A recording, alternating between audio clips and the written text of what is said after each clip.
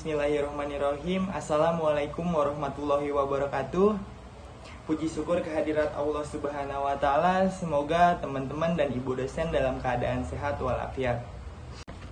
Pada kesempatan kali ini, saya dan teman-teman ingin mempresentasikan materi mengenai makna. Apa itu makna? Makna adalah pengertian yang diberikan kepada suatu bentuk kebahasaan. Makna kata dalam bahasa Indonesia merupakan hubungan antara ujaran dengan arti dari sebuah kata. Makna kata juga dapat diartikan sebagai maksud yang terkandung dari sebuah kata, baik itu dalam bentuk kalimat maupun paragraf. Jenis makna. Jenis makna itu ada dua, yaitu jenis makna leksikal dan makna langsung. Yang pertama itu makna leksikal. Makna leksikal adalah makna kata atau leksem sebagai lambang benda, peristiwa objek, dan lain-lain. Makna ini memiliki unsur bahasa lepas dari penggunaannya atau konteksnya. Misalnya, kata tikus bermakna binatang perenggat yang bisa menyebabkan penyakit tipes. Makna langsung. Konseptual atau denotatif adalah makna kata atau leksem yang berdasarkan atau penunjukan yang langsung lugas pada suatu hal atau objek di luar bahasa. Makna langsung atau makna lugas bersifat objektif karena langsung menunjuk objeknya. Contoh berikut secara konseptual bermakna sama, tetapi secara asosiatif bernilai rasa yang berbeda. Wanita sama dengan perempuan, gadis sama dengan perawan. Selanjutnya akan dijelaskan oleh Sela. Assalamualaikum warahmatullahi wabarakatuh. Nama saya Sela Septiana. Saya dari kelas CK01 SMJK 008. Saya akan melanjutkan presentasi dari Muhammad Fadil mengenai poin 4, yaitu makna gramatikal. Makna gramatikal adalah makna yang muncul sebagai akibat hubungan antara unsur-unsur gramatikal dalam suatu gramatikal yang lebih besar.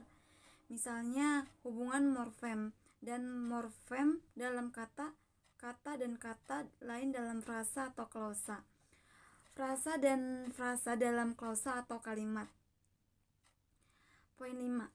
Makna tematis.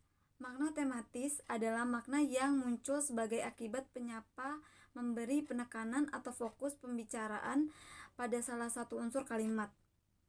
Hubungan antara makna dalam bahasa Indonesia dibagi atas 6 jenis, yaitu A. Sinonim.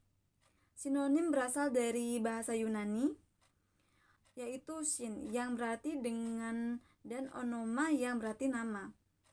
Sinonim adalah kata yang mempunyai persamaan makna.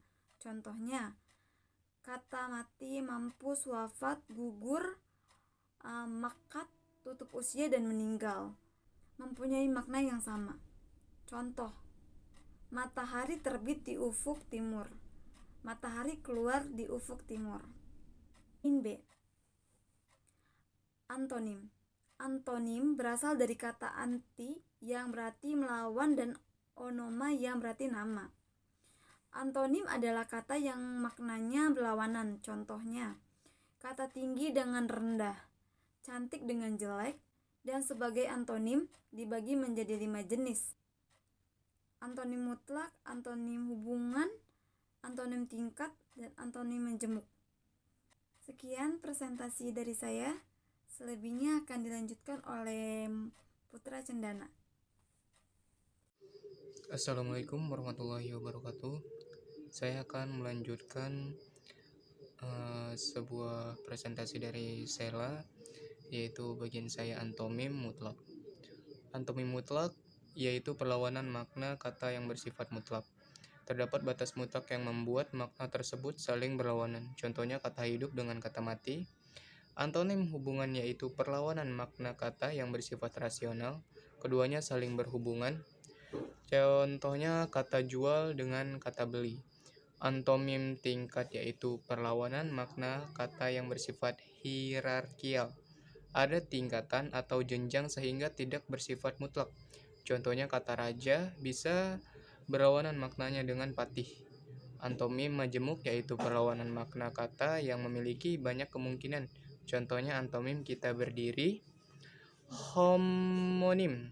Homonim adalah kata yang mempunyai persamaan dalam hal penulisan dan pelafalan namun maknanya berbeda.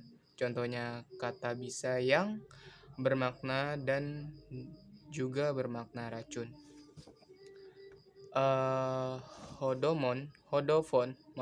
Homofon adalah kata yang mempunyai persamaan dalam hal pelafalan namun makna dan penulisannya itu berbeda. Contohnya kata bank dengan kata bank, yaitu bank yang disebutkan adalah suatu perusahaan dan bank yang satu lagi yang dimaksud adalah sebuah konsep pemanggilan umum terhadap remaja abang-abang. Yang ketiga adalah homograf. Homograf adalah kata yang mempunyai persamaan dalam hal penulisan, namun dari segi makna dan penuturan berbeda. Contohnya kata apel dan kata apel pada kalimat Pak Budi memakan apel sebelum memulai apel. Tadi apel dan apel. Jadi keduanya mempunyai konsep yang berbeda, seperti apel adalah buah dan apel adalah sebuah kegiatan. Yang keempat adalah polisemi. Polisemi adalah satuan bahasa yang mempunyai beragam makna. Satuan bahasa yang berarti bisa berupa kata ataupun frasa. Contohnya kata kepala yang bisa bermakna kepada kepala sekolah. Terima kasih, sekian dari presentasi dari saya. Selanjutnya akan dilanjut oleh teman saya. Wassalamualaikum warahmatullahi wabarakatuh. Baik, terima kasih atas kesempatan bicaranya. Kali ini saya akan membacakan tentang perubahan makna. Perubahan makna adalah makna yang terkandung dalam makna dapat berubah setiap saat. Perubahan itu terjadi karena beragam faktor seperti perkembangan ilmu teknologi, perkembangan sosial budaya, perbedaan bidang pemakaian, perbedaan tanggapan, proses gramatikal, dan sebagainya. Jenis-jenis definisi. 1. Definisi nomina. Definisi nomina biasa disebut dengan definisi singkat yang terbagi menjadi 3, yakni sinonim, terjemahan, dan asal-usul atau etimologi. Contoh definisi nomina. Manusia adalah orang, itu termasuk dalam sinonim. Manusia adalah insan, termasuk dalam terjemahan. Manusia berasal dari tanah, termasuk dalam etimologi. Yang kedua, ada definisi formal. Definisi formal biasa disebut definisi logis. Definisi ini mencakup 3 aspek, yakni kelas, genus, dan pembeda. Contoh definisi formal. Manusia adalah makhluk hidup yang berakal.